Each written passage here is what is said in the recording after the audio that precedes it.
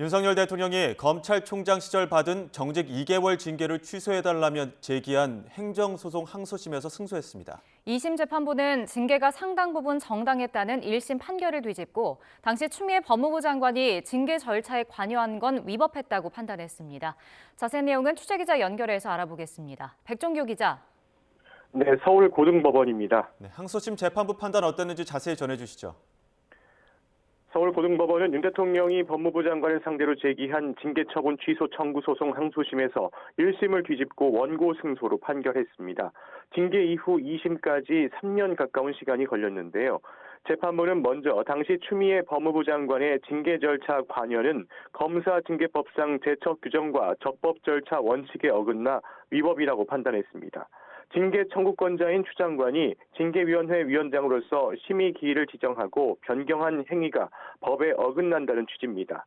또 징계 청구 이후 심의 기일에 임박해서 징계위원을 새롭게 위촉하고 이 징계위원을 위원장 직무대리로 지정한 행위도 위법이라고 설명했습니다. 이와 함께 3인 이하 위원만 출석한 상황에서 일부 위원에 대한 기피 신청을 기각하고 기피 신청을 받은 징계위원들이 모두 참여해 징계를 의결한 것도 위법이라고 봤습니다. 그러면서 재판부는 징계 의결 과정에서 법무부가 윤 대통령의 방어권을 침해했다며 정직 2개월 징계 처분을 취소한다고 밝혔습니다. 이에 대해 윤 대통령 측 변호인은 당시 절차에도 위법성이 컸고 징계의 실질적 사유도 정치권과 권력이 결탁한 결과로 만들어졌다며 재판부가 윤 대통령 주장을 상당 부분 받아들여 다행스럽다고 평가했습니다. 앞서 추미애 강시 장관은 2020년 11월 24일 검찰총장이던 윤 대통령의 비위 혐의를 다수 확인했다며 징계를 청구했고 법무부 검사징계위원회는 12월 16일 윤 대통령의 정직 2개월 징계를 의결했습니다. 주요 재판부 사찰 의혹 문건을 작성하거나 배포했고 채널A 사건 감찰과 수사를 방해했고 또 검사로서 정치적 중립을 훼손했다는 이유 등이었습니다. 당시 추 장관과 대립각을 세우던 윤 대통령은 이에 불복해서 집행정지 신청과 행정소송을 냈는데요.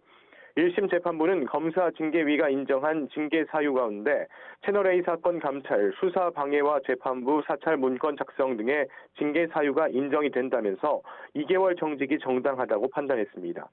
이에 윤 대통령 측은 원심이 검찰 내부 업무 구조와 관련 규정을 살피지 않고 당시 대검찰청 한동수 감찰부장 등 극소수 주장만 받아들였다며 항소했습니다.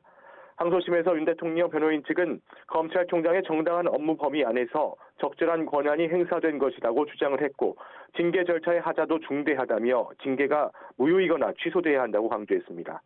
이런 가운데 한동훈 법무부 장관 취임 이후 법무부가 1심에서 승소한 변호인들을 이해충돌 사유 등으로 해임하면서 야권에서는 정권교체 이후 법무부가 재판에 적극적으로 대응하지 않는다는 비판이 나오기도 했습니다. 지금까지 서울고등법원에서 YTN 백종규입니다.